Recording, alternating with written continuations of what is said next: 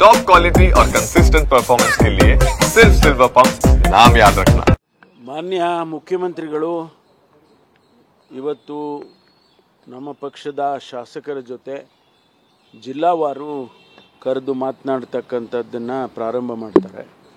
ಉದ್ದೇಶ ಏನಂತ ಹೇಳಿದರೆ ಅವರವರ ಕ್ಷೇತ್ರದಲ್ಲಿ ಈಗ 50 ಕೋಟಿ ರೂಪಾಯಿ ಅನುದಾನವನ್ನು ಕೊಡಬೇಕು ಅಂತ ಹೇಳಿ ಅವರು ತೀರ್ಮಾನ ಮಾಡಿದ್ದಾರೆ.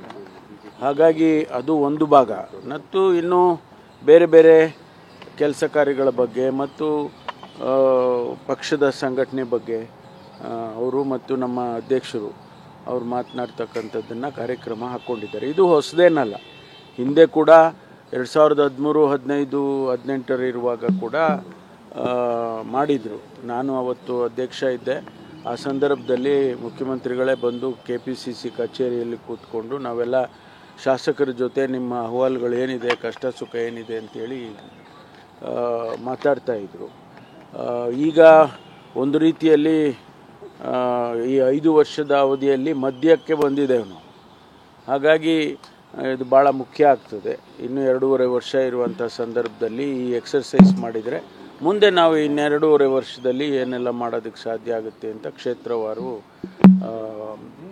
ಚರ್ಚೆ ಮಾಡೋದಕ್ಕೆ ಹೊರಟಿದ್ದಾರೆ. DK ಶಿವಕುಮಾರ್ ಇರ್ತಾರೆ ಸರ್, ಅವ್ರನ್ನ ಹೊರಗೆ ಅವರು ಇಲ್ಲ ಅವರು ಇರ್ತಾರೆ. ಅವ್ರಿಗೇನೋ ಆರೋಗ್ಯ ಸರಿ ಇಲ್ಲ ಅಂತ ಹೇಳ್ತಾ ಇದ್ರು. ಡೆಂಗ್ಯೂ ಸ್ವಲ್ಪ ದಿವಸ ಡೆಂಗ್ಯೂ ಆಗಿತ್ತಲ್ಲ, ಅದು ಗೊತ್ತಿಲ್ಲ ನನಗೆ. ಬಟ್ ಅವರು ಇರ್ತಾರೆ ಅಂತ ಅಂದ್ಕೊಂಡಿದ್ದೀನಿ. AICC ಅಧ್ಯಕ್ಷರ ಸೂಚನೆ ಮೇರೆಗೆ ಮಾಡ್ತಾ ಇದ್ದಾರೆ ಅಂತ ಸರ್ ಈಗೆಲ್ಲ ಎಲ್ಲ ಇರ್ಬೋದು. ಈಗ AICC ಅಧ್ಯಕ್ಷರು ನಮ್ಮ ಪಕ್ಷದ ಸಂಘಟನೆ ಬಗ್ಗೆ ಹೇಳದೆ ಇನ್ನೇನು ಹೇಳ್ತಾರೆ? ಅದನ್ನೇ ಹೇಳ್ತಾರೆ. ಅದಕ್ಕೆ ಅವರು ಸೂಚನೆ ಕೊಡೋದ್ರಲ್ಲಿ ಕೊಟ್ಟಿರೋದಾರೆ ಅಂತ ನನಗೆ ಗೊತ್ತಿಲ್ಲ. ಆದರೆ ಕೊಟ್ಟಿದ್ರೆ ತಪ್ಪೇನು ಇಲ್ವಲ್ಲ. ನಮ್ಮ ಪಕ್ಷದ ಕೆಲಸ ನಾವು ಈಗ ಚುನಾವಣೆಗೆ ಹೋದಾಗ ನಾವು ಸರ್ಕಾರ ಅಂತ ಹೋಗಿಲ್ಲ, ಪಕ್ಷ ಅಂತ ಹೋಗಿದ್ದೇವೆ. ಆಗ ನಾವು ಮಾತುಗಳು ಕೊಟ್ಟಿದ್ದೇವೆ, ಭರವಸೆ ಕೊಟ್ಟಿದ್ದೇವೆ. ಅದನ್ನೆಲ್ಲ ಪಕ್ಷ ರೆಗ್ಯುಲೇಟ್ ಮಾಡಬೇಕಲ್ಲ. ಏನಪ್ಪ ಮಾಡಿದ್ದೀರಾ, ನೀವೆಲ್ಲ ಹೋಗಿ ಜನಗಳ ಮುಂದೆ ಹೇಳ್ಕೊಂಡು ಬಂದಿದ್ರಿ, ಈಗ ಮಾಡಿದ್ದೀರಾ, ಅದೆಲ್ಲ ಅನುಷ್ಠಾನ ಮಾಡಿದ್ದೀರಾ ಅಂತ ಕೇಳೋದ್ರಲ್ಲಿ ಏನು